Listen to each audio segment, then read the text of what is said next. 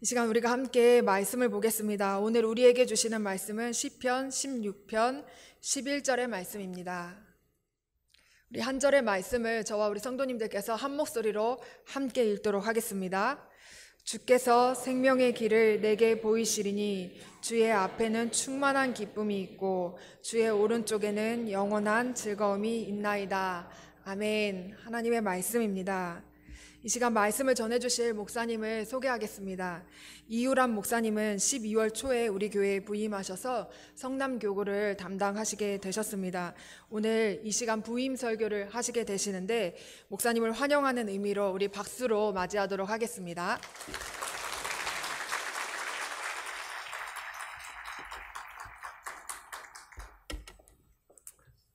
샬롬.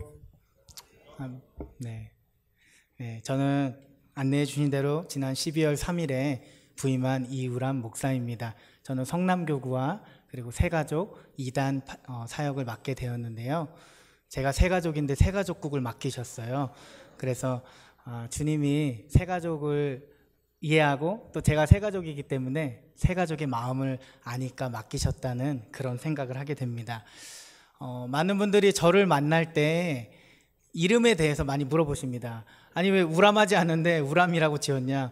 제가 태어날 때 2.0kg으로 태어났어요. 그래서 태어날 때 2.0kg으로 태어나서 바로 인큐베이터에 들어가서 살았습니다. 그래서 가족들이 회의를 하시고 이름을 건강하게 자라게 하면 좋겠다 싶어서 우람이라고 지었습니다. 그런데 할아버지께서는 또 옛날 분이시라서 한자 없으면 안 된다, 한자로 지어야 된다. 그래서 이름을 하나 같은 이름인데 기쁠우 넘칠남 해가지고 기쁠우자 넘칠남자로 지어주셨습니다. 물론 호적에는 부모님들이 그 획이 잘못되면 어리석으루가 된다고 하더라고요. 그러면은 잘못하면 어리석음이 넘친다 이렇게 기록될 수 있으니까 그냥 한글로 부모님들이 올리셨습니다. 그래서 주민등록상에는 그냥 한글 이름으로 되어 있는데요. 저는 저의 한글 이름도 사랑하고 또 한자 이름도 사랑합니다. 정말 건강하기를 원하고요. 영적으로 우람해지기를 원합니다. 그런데 또한 정말 기쁨이 넘치는 삶을 살았으면 좋겠다고 주님 앞에 날마다 고백합니다. 여러분들도 정말로 주님으로 인하여 기쁨이 범람하는 그런 넘치는 삶을 사셨으면 좋겠습니다. 아멘. 아멘 안 하셨어도 그렇게 하시길 원하신다고 믿습니다. 여러분, 오늘 시편은 다윗의 믹담입니다. 믹담은 뜻이 속죄의 송가라는 뜻입니다. 좀 어렵죠. 그냥 랍비들은 이것을 황금시라고 했다고 합니다. 황금시 따라해 볼까요? 황금시. 황금 같은 시다. 다윗의 시 중에 믹담인데 황금 같은 시다. 그래서 이런 제목을 가진 게 시편에 6편이 있다고 합니다. 그런데 그 중에 오늘은 시편 16편입니다. 우리 함께 1절, 2절 말씀을 세 번역으로 함께 합독하시겠습니다. 같이 읽겠습니다. 시작. 하나님, 나를 지켜주십시오. 내가 주님께로 피합니다. 나더러 주님에 대해 말하라면 하나님은 나의 주님, 주님을 떠나서는 내게 행복이 없다 하겠습니다. 아멘. 아멘. 다윗은 오늘 시편 16편 1절에서 주님 지켜주십시오, 주님 제가 주님께 피합니다 라고 기도하고 있습니다. 그러면서 주님께 나더러 주님에 대해 말하라면 주님은 나의 주님, 주님을 떠나서는 행복이 없습니다 라고 말하고 있습니다. 개역개정에서는 그냥 주 밖에는 나의 복이 없습니다 라고 말을 했는데 표준세번역, 취운성경, 현대어 성경에서는 그 복을 다 행복으로 번역하고 있습니다. 주 밖에는, 주 없이는 내가 행복할 수 없습니다. 주님 없이는 행복할 수 없습니다라고 고백하는 것이지요. 우리가 생각할 것은 시편 16편 1절에서 다윗은 좋은 상황이 아니라는 것이지요. 다윗이 나를 지켜주십시오, 나는 주님께 피합니다 라고 말하고 있는 것은 결코 좋지 않은 상황이라는 것입니다. 여러분, 다윗은 우리가 보기에 굉장히 부러운 왕이지요. 통일 이스라엘의 두 번째 왕이었습니다. 그리고 그의 후손을 통하여 누가 오셨죠? 예수 그리스도가 오셨죠. 굉장히 부럽습니다. 정말 여전히 이스라엘에서도 유대인들도 여전히 최고의 왕이다 하면은 다윗을 뽑습니다. 그런데 그의 인생 전체를 보면은 사실은 우리가 마냥 부러워할 수 없는 부분들이 많이 있죠. 우리가 잘 아시는 대로 사무엘 선지자가 이새에게 가서 기름을 부으려고 갔습니다. 이새, 당신의 아들 다 데려오시오. 그런데 이새가 7명의 아주 쟁쟁한 아들들을 다 데리고 옵니다. 그런데 다윗은 부르지 않죠. 하나님께서 이 사람도 아니다, 이 사람도 아니다, 이 사람도 아니다. 7명 다 지나고 나자 당신 더 아들이 없어? 그러자 아들이 하나 있긴 한데 지금 들에서 양치고 있어서 좀 바빠서 못 올 것 같기도 한데 데려오시오! 사무엘 선지자가 빨리 부르라고 해서 다윗을 기름 붓죠. 여러분, 다윗은 많은 학자들에 의하면은 본처의 아들이 아니라 아마 후처의 아들이었을 것이다. 그리고 그 어머니조차 아주 일찍 세상을 떠났을 것이다 라고 기록하고 있습니다. 여러분, 다윗은 항상 떠돌이 생활을 한 것이지요. 들에서 지내고 집으로는 들어올 수 없고 배다른 형들은 다윗을 왕따시키는 것이지요. 아버지도 그렇게 탐탁치 않아 합니다. 앞에 내세우기 좀 부끄러운 그런 사람이 바로 다윗이었습니다. 다윗을 묵상할 때 들에서 양을 치다가 이런 생각을 합니다. 양을 치면서 엄마 양, 새끼 양이 이렇게 잘 있는 것을 보면서 다윗이 아마 넌 참 좋겠다. 넌 그래도 엄마가 있구나. 어쩌면 다윗은 이런 고백을 하지 않았을까. 양을 치면서 정말 이 양들은 엄마가 있는데, 양들도 지 어미가 있는데 나는 참 어렵구나. 물론 다윗은 믿음으로 하나님께 더 예배하며 나아갔겠지요. 또한 기억할 것은 우리들이 17살의 다윗이 사자도 이기고 곰도 이기고 나중에 누구도 이기죠? 다윗과 유명한 골리앗을 이깁니다. 그렇지만 우리는 그것을 기억하지만 여러분, 17세 이전의 청소년이 곰과 싸웠다고 생각을 해보십시오. 들에서 한밤중에 어두울 때 곰이 덤비고 사자가 덤비고 그런 시간들을 다윗은 지나간 것입니다. 물론 다윗은 믿음으로 승리했지요. 하지만 다윗이 그 청소년기의 어린 시절에 얼마나 외롭고 또 힘들고 슬픈 시간들을 보냈을까. 우리는 위대한 다윗 왕을 보지만 다윗의 인생을 깊이 들어가 보면은 사실은 그렇게 만족스러운 삶, 보기에 정말 부러운 삶이 아닙니다. 여러분, 기름 부음 받은 다음에는 어땠습니까? 무려 13년 동안을 쫓겨다닙니다. 사울이 다윗 하나 잡기 위해서 3,000명의 군대를 조직합니다. 3,000명의 별동대가 다윗 하나만 죽이러 쫓아다니는 것입니다. 무려 13년을. 그리고 왕이 되었어도 다윗은 하나님 뜻에 거스르지 않기 위해서 형제들과의 전쟁을 최대한 절제하면서 왕이 되려고 하니까 무려 7년 6개월을 더 기다린 후에야 통일 이스라엘의 왕이 되는 것입니다. 여러분, 그 된 후에는 어떻습니까? 그 통치하는 기간 동안에 문제도 많이 일어나죠. 다윗 자신도 범죄했고 또 책망도 받고 징계도 받습니다. 또 자기 자녀들이 어떻습니까? 자녀들이 싸우고 결국엔 죽이기까지 하고 나중에는 압살롬은 자신을 거두어준 아버지에게 대항해서 쿠데타까지 일으키게 됩니다. 도망가지 않습니까? 아들을 피해서. 그 압살롬이 또 어떻게 합니까? 다윗이 남겨둔 후궁과 입으로 담지 못할 일들을 하지요. 여러분, 다윗의 삶은 우리들이 보기에 부럽고 위대한 왕 그런 것이 아니라 사실은 처참하고 아프고 슬픔이 항상 많이 있던, 그러나 그 가운데에서도 다윗은 하나님만을 의지하며 살았던 사람이 바로 다윗이었던 것입니다. 여러분, 다윗은 오늘 말하는 것입니다.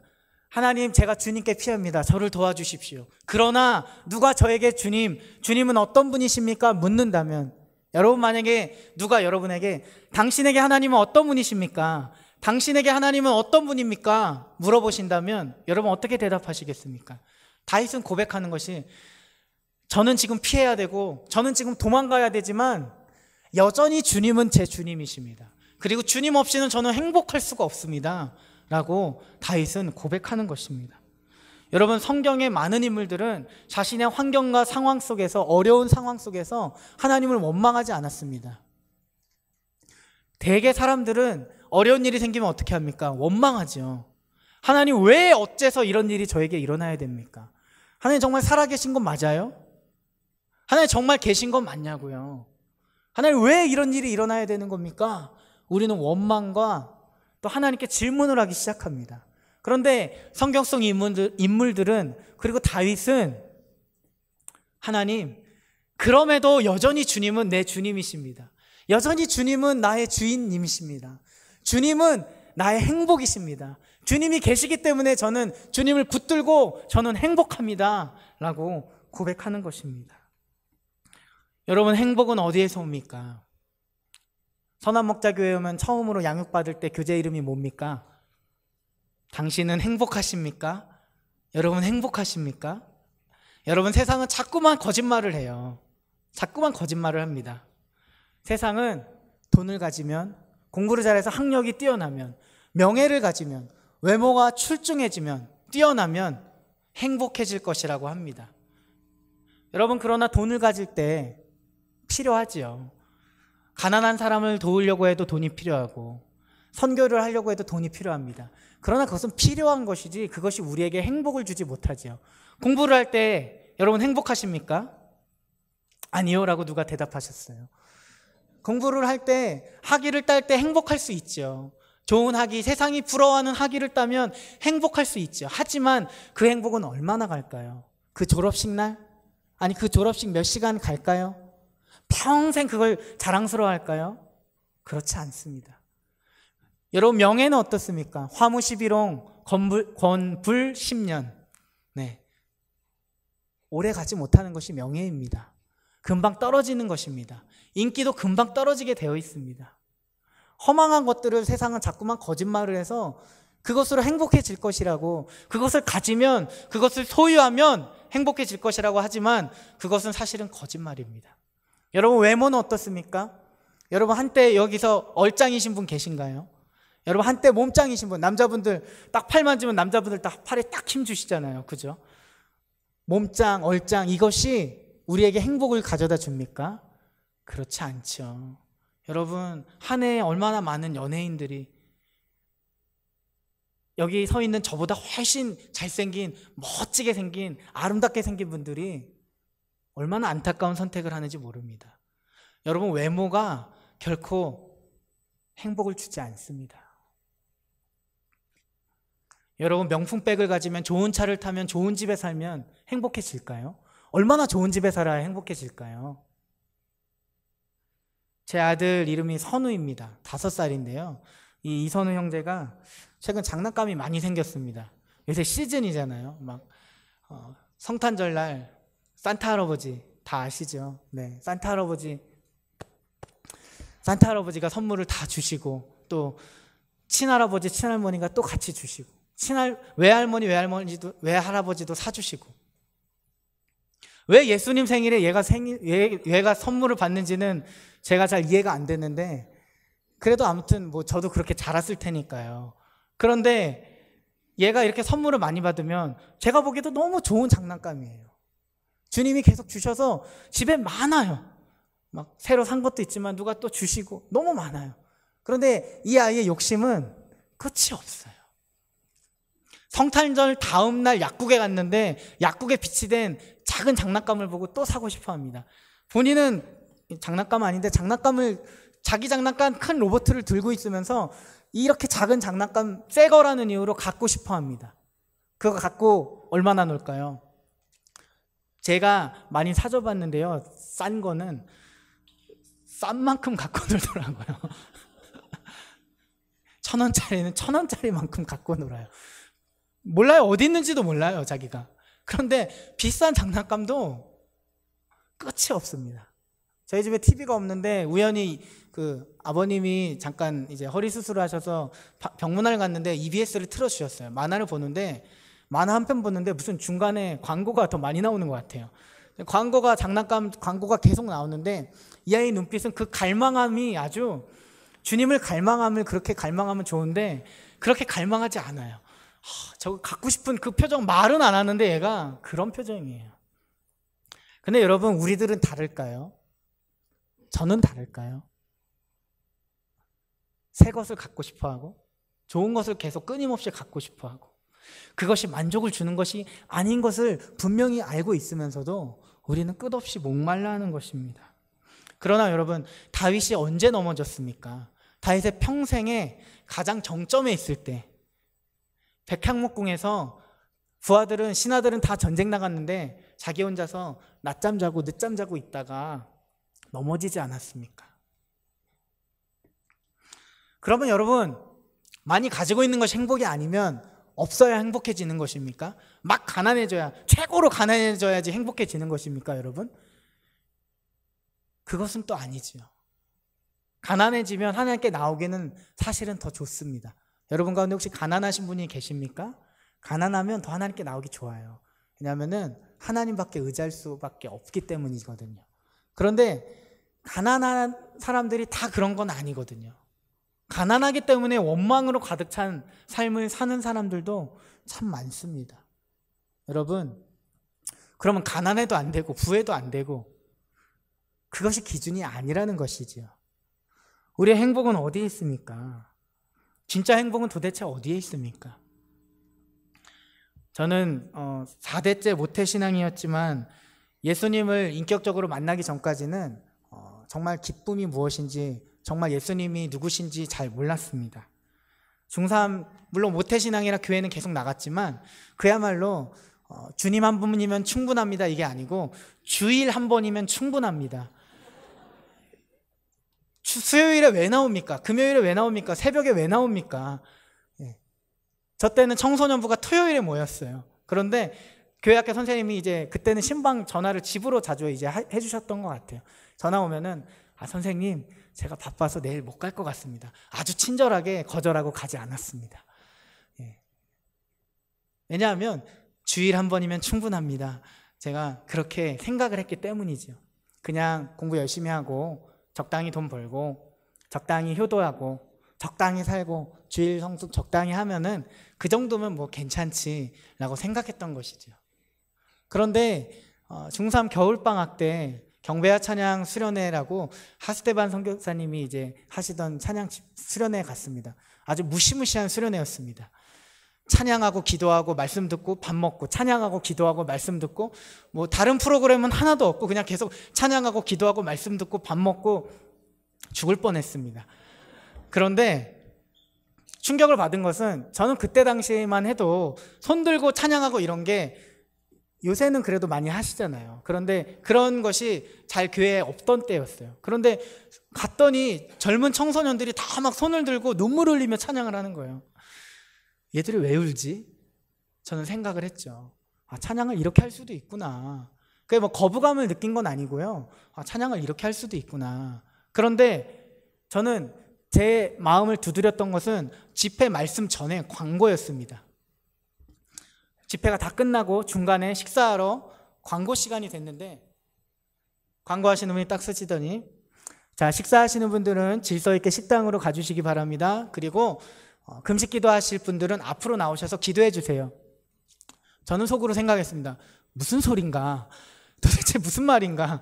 지금 우리가 무슨 권사님 수련회도 아니고 평신도를 깨워라 이런 것도 아닌데 왜 갑자기 우리 보고 금식을 하라고 그러지?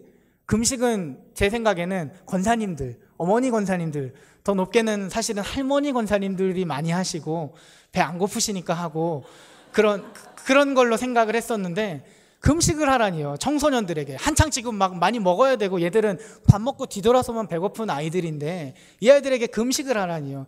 저는 의아해하면서 식당으로 줄을 서서 가고 있는데 놀랍게도 앞에 굉장히 많은 아이들이 나와서 기도를 하고 있는 거예요. 저는 충격을 받았어요. 밥 먹으러 갔는데 밥 먹으러 갔습니다. 저 금식하러 안 가고. 그런데 계속 생각이 드는 거예요. 쟤들은 뭐지? 쟤들이 만난 하나님은 뭐지? 내가 믿고 있다고 생각했던 하나님, 지금까지 내가 섬겼다고 생각했던 하나님, 나름대로 기도 응답도 받고 나름대로 주일 성수도 하고 나름대로 믿음이 있다고 생각했던 아무것도 못하는 모태신앙이 정말 하나님 앞에서 정말 하나님은 누구시지? 정말 예수님은 누구시지? 정말 하나님은 살아계신가? 고민이 든 것이죠. 그 다음 시간에 찬양하러 나가서 주님 정말 살아계시면 제 마음에 와주십시오. 예수님 제 마음에 와주십시오. 그리고 기도를 하기 시작하는데 주님이 정말 감사하게 와주셨어요. 그리고 예수님이 어떤 분이신지 알게 되고 정말 나는 그동안 너무 많은 죄를 지었다는 것을 주님이 깨닫게 해주시고 회개를 하게 되었습니다. 모든 것이 주님의 은혜였지요. 그런데 그리고 나서 제 삶에 변화가 일어나기 시작했습니다. 그것은 전혀 기도하지 않고 주일 한 번이면 충분합니다 했던 제가 예수님 앞에 나아가기 시작한 것이죠. 날마다 학교를 가면서 주님, 전에는 절대 그런 기도를 한 적이 없는데 주님, 제가 학교로 갑니다. 주님, 오늘 동행해 주세요. 주님, 버스 타는데 버스 잘 타게 해주세요. 아, 주님, 오늘도 사람이 정말 많네요. 주님, 그래도 동행해 주세요. 감사합니다, 주님. 이런 기도들이 나오기 시작하더라고요. 그리고 제가 집에서 그 수련회 때 막 찬양 집회했던 테이프를 이제 가져왔는데 집에 있던 막 테이프를 정리를 하고 그 찬양 테이프를 틀고 막 기도를 하기 시작했어요. 제 동생이 오빠가 이상해졌다고, 오빠가 좀 이상해진 것 같다고 좀 이야기를 했던 기억이 있습니다. 가장 큰 변화는 제 안에 기쁨이 생기기 시작했다는 것입니다. 제 상황은 사실 변하지 않았어요. 저는 사실 좀 많이 가난했습니다. 지금도 가난하지만 그때는 정말 더 가난했습니다. 쌀이 막 떨어질 때도 있고 그러면 다음날 주님이 채워주신 적도 있고, 어머니께서는 인천의 마가의 다락방 기도원에 자주 가셨는데 1,000원을 가지고 헌금을 드리려고 하시다가 커피가 그때 이제 자판기 커피가 100원짜리 200원짜리 그런 커피가 있는데 갈등이 되는 거죠. 헌금을 드리고 싶은데 커피도 올라가서 한 잔 드시고 싶은 마음, 그런데 또 그걸 또 들이시고 오셨다는 그런 이야기를 나중에 들었습니다. 정말 어려운 시기를 보냈습니다. 그래서 제 꿈이 그냥 돈 적당히 벌고 많이 벌고 부모님께 효도하고 싶어서 공부도 그래서 부모님께 그냥 효도하려고 했지 뭐 어떤 다른 이유에서 시작하지 않았었습니다. 그런데 주님을 만나고 나니까 삶의 방향이 바뀌더라고요. 아, 정말 내 안에 기쁨이 생기더라고요.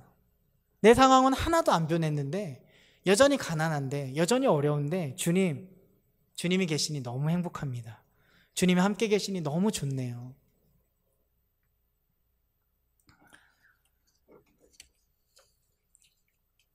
다윗은 고백합니다. 시편 16편 8절에서 내가 여호와를 항상 내 앞에 모시며 그가 나의 오른쪽에 계심으로 내가 흔들리지 아니하리로다. 아멘. 여러분, 오른쪽은 우편입니다. 우편. 그런데 우편이라는 말은 그럼 내 좌편에는 안 계신가 이런 게 아니고 주님께서 나와 너무 가까이 계시다는 말이죠. 전통적으로 또 유대인들은 우편에 가장 사랑하는 사람을 두었지요. 예수님도 요한을 사랑하는 제자를 우편에 두셨던 그림도 있고 기록도 있고요. 그래서 우편에 계시다는 것은 다윗은 하나님을 항상 내 앞에 모시고 하나님을 항상 내 가까이 모셨다는 말씀입니다. 그런데 다윗은 그렇기 때문에 자신은 흔들리지 아니하리로다라고 고백합니다. 여러분, 살다 보면 흔들릴 때가 사실 있습니다. 그런데 다윗은 하나님께서 함께 계시기 때문에 나는 흔들리지 않습니다라고 고백하는 것이죠. 마지막으로 시편 16편 11절 읽겠습니다. 함께 합독하시겠습니다. 시작.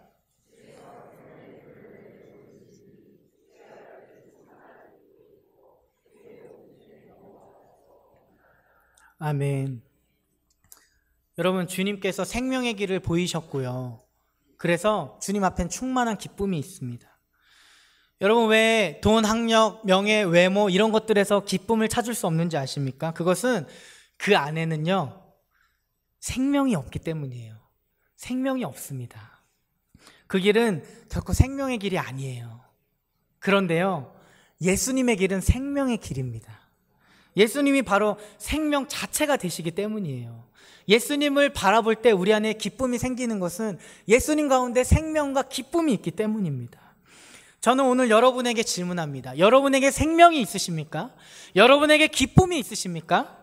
여러분, 저는 오늘 말씀은 주 앞에 생기가 있습니다라고 했습니다. 오타가 난 것이 아니라 생점 기점 찍은 것은 오늘 말씀에 생명과 기쁨을 제가 한국말은 그렇게 하면 안 되는데 우리말 어법에는 안 맞는데 줄여보았습니다. 생, 기, 생명과 기쁨. 주 앞에는 여러분 생명과 기쁨이 있습니다. 예수님을 인격적으로 만날 때 우리 안에 생명과 기쁨이 샘솟는 것입니다. 담임 목사님께서 며칠 전 칼럼에 쓰셨죠. 많은 사역자들이 사역이 많아지면 지치고 사역이 없어지면 넘어집니다. 그런데 왜 그렇습니까? 그럼 사역을 많이 해도 안 되고 적게 해도 안 되는 것입니까? 그것이 아니라 오직 사역 가운데에서도 예수님을 바라보아야 하는 것입니다. 너무 공감을 했습니다. 여러분, 일이 많아지면 바쁘지요. 죄 지을 틈은 없습니다. 바빠지면. 그런데 바빠지면 번아웃 돼버리죠. 지칩니다. 탈진합니다. 그러면 또 일이 없으면 어떻게 됩니까? 여유가 생기면 어떻게 됩니까? 죄를 너무 정확하게 알고 있어요. 사실 제가 방청객을 오늘 좀 초청을 했습니다. 전에 있던 은강교회에서 청년들이 몇 명 와주셨어요. 예, 감사합니다. 예, 여러분 너무 잘 알고 있습니다. 여유가 생기고 돈이 생기고 시간이 생기고 기회가 생기면은 우리들은 죄로 향해 가는 것이 우리들의 모습입니다. 그러면 우리는 어떻게 해야 되는 것입니까? 방법이 없습니다. 날마다 우리가 듣는 이야기죠. 예수님 붙들고 생명 되신 예수님, 포도나무 되신 예수님, 기쁨 되신 예수님, 그 예수님을 붙드는 것 외에는 다른 방법이 없는 것입니다. 여러분, 주님이 공급하시는, 주님과 동행하시는 그 기쁨이 정말 여러분 가운데 있으면 좋겠습니다. 처음 선한목자교회에 와서 12월 3일에 제가 인사를 계속 하시라고 해서 예배 때마다 이렇게 인사를 했습니다. 계속 인사를 하는데 정말 많은 분들이 지나가는데 하나같이 공통점들이 있었습니다. 잘생긴 거, 예, 그것도 맞는데, 네, 예쁜 거, 예, 그것도 맞는데요. 공통점은 뭐였냐면은 제가 아는 사람이 한 사람도 없었다는 것입니다. 안녕하세요. 안녕하세요. 네, 안녕하세요. 네, 제가 인사를 하는데 아무도 모르겠더라고요. 그래서 주님께 말했어요. 주님, 정말 한 사람도 알지 못하겠는데요. 주님, 정말 한 사람도 모르겠어요. 정말 아무도 모르겠습니다, 주님. 기대도 되었는데 위축되는 마음도 좀 있었습니다. 그런데 주님이 그 마음을 갖고 주님께 이렇게 기도하면서 인사를 하는데 말씀하시더라고요. 우람아, 내가 너를 서울 땅에 불렀던 것처럼 성남 땅에 불렀다. 제가 사실 전교회에서 5년 9개월 동안 있었습니다. 그런데 말씀을 받고 갔는데, 콜링을 받고 갔는데 1년 반 정도는 너무 힘들었어요. 말씀을 받았지만 주님이 보내셨다는 그 확신, 내가 너를 보냈다는 그 한마디가 없으니까 사역이 사실 좀 힘들더라고요. 그런데 주님께서 기도하면서 계속 나아갈 때 말씀이 없으셨는데 2014년 그 하디 집회라고 청년들이 모였던 집회가 있었어요.